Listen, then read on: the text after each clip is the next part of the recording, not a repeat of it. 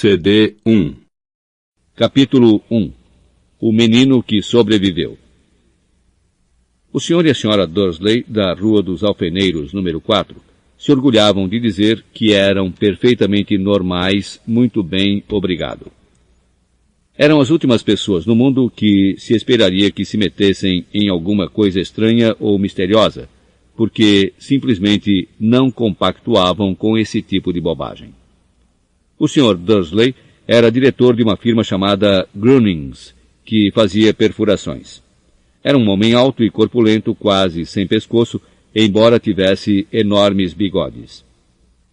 A Sra. Dursley era magra e loura, e tinha um pescoço quase 2 vezes mais comprido do que o normal, o que era muito útil, porque ela passava grande parte do tempo espichando-o por cima da cerca do jardim para espiar os vizinhos. Os Dursley tinham um filhinho chamado Dudley, o Duda, e, em sua opinião, não havia garoto melhor em nenhum lugar do mundo. Os Dursley tinham tudo o que queriam, mas tinham também um segredo, e seu maior receio era que alguém o descobrisse. Achavam que não iriam aguentar se alguém descobrisse a existência dos Potter.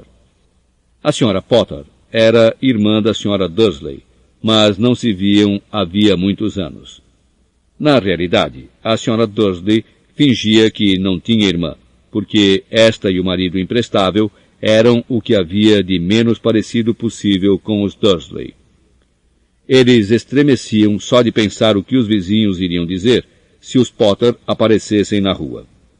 Os Dursley sabiam que os Potter tinham um filhinho, também, mas nunca o tinham visto. O garoto era mais uma razão para manter os Potter à distância.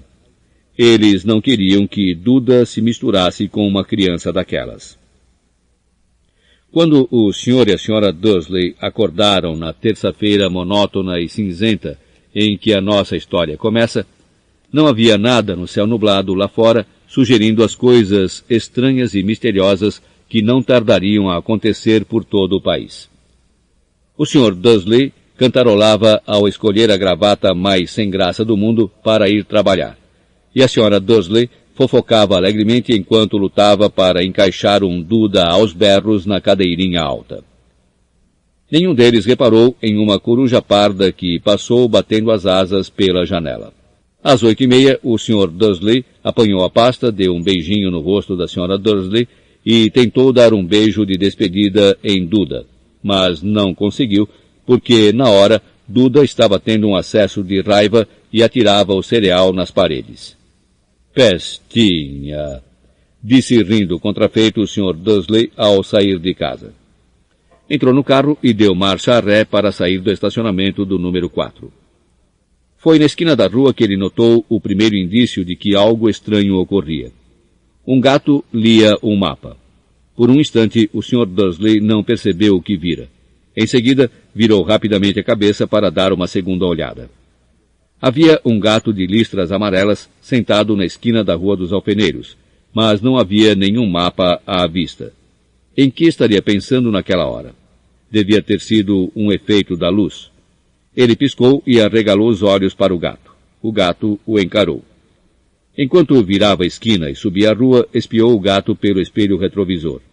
Ele agora estava vendo a placa que dizia Rua dos Alfeneiros. Não, estava olhando a placa. Gatos não podiam ler mapas nem placas. O Sr. Dursley sacudiu a cabeça e tirou o gato do pensamento. Durante o caminho para a cidade, ele não pensou em mais nada, exceto no grande pedido de brocas que tinha esperanças de receber naquele dia. Mas, ao sair da cidade, as brocas foram varridas de sua cabeça por outra coisa. Ao parar no costumeiro engarrafamento matinal, não pôde deixar de notar que havia uma quantidade de gente estranhamente vestida andando pelas ruas. Gente com capas largas. O Sr. Dursley não tolerava gente que andava com roupas ridículas. Os trapos que se viam nos jovens. Imaginou que aquilo fosse uma nova moda idiota. Tamborilou os dedos no volante e seu olhar recaiu em um grupinho de excêntricos parados bem perto dele. Cochichavam excitados. O Sr. Dursley se irritou ao ver que alguns deles nem eram jovens. Ora, aquele homem devia ser mais velho do que ele e usava uma capa verde esmeralda. Que petulância! Mas então ocorreu ao Sr. Dursley que se tratava provavelmente de alguma promoção boba. Essas pessoas estavam obviamente arrecadando alguma coisa. Devia ser isso. O tráfego avançou e alguns minutos depois o Sr. Dursley chegou ao estacionamento da Grunnings, o pensamento de volta às brocas. O Sr. Dursley sempre sentava de costas para a parede em seu escritório no 9º andar. Se não o fizesse, talvez tivesse achado mais difícil se concentrar em brocas aquela manhã. Ele não viu as corujas que voavam velozes em plena luz do dia, embora as pessoas na rua as vissem. Elas apontavam e se espantavam enquanto coruja atrás de coruja passava no alto. A maioria jamais vira uma coruja mesmo à noite.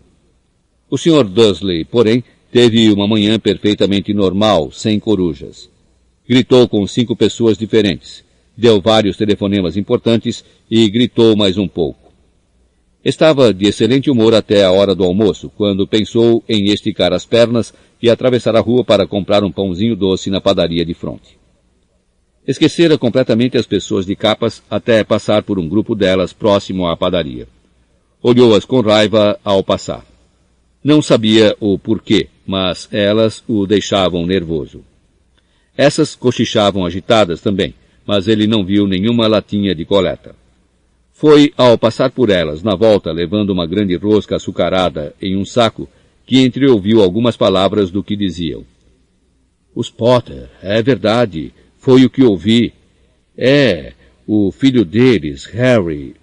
O Sr. Dursley parou de repente. O medo invadiu-o.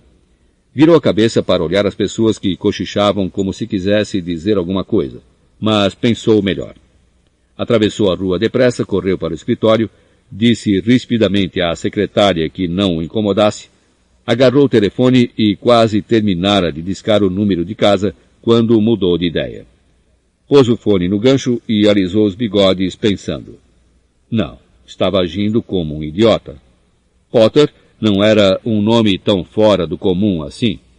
Tinha certeza de que havia muita gente chamada Potter com um filho chamado Harry. Pensando bem, nem sequer tinha certeza de que o sobrinho tivesse o nome de Harry. Jamais vira o menino. Talvez fosse Ernesto ou Eduardo. Não tinha sentido preocupar a Sra. Dursley. Ela sempre ficava tão perturbada à simples menção da irmã. Não a culpava. Se ele tivesse uma irmã como aquela, mas mesmo assim, aquelas pessoas de capas. Achou bem mais difícil se concentrar nas brocas aquela tarde.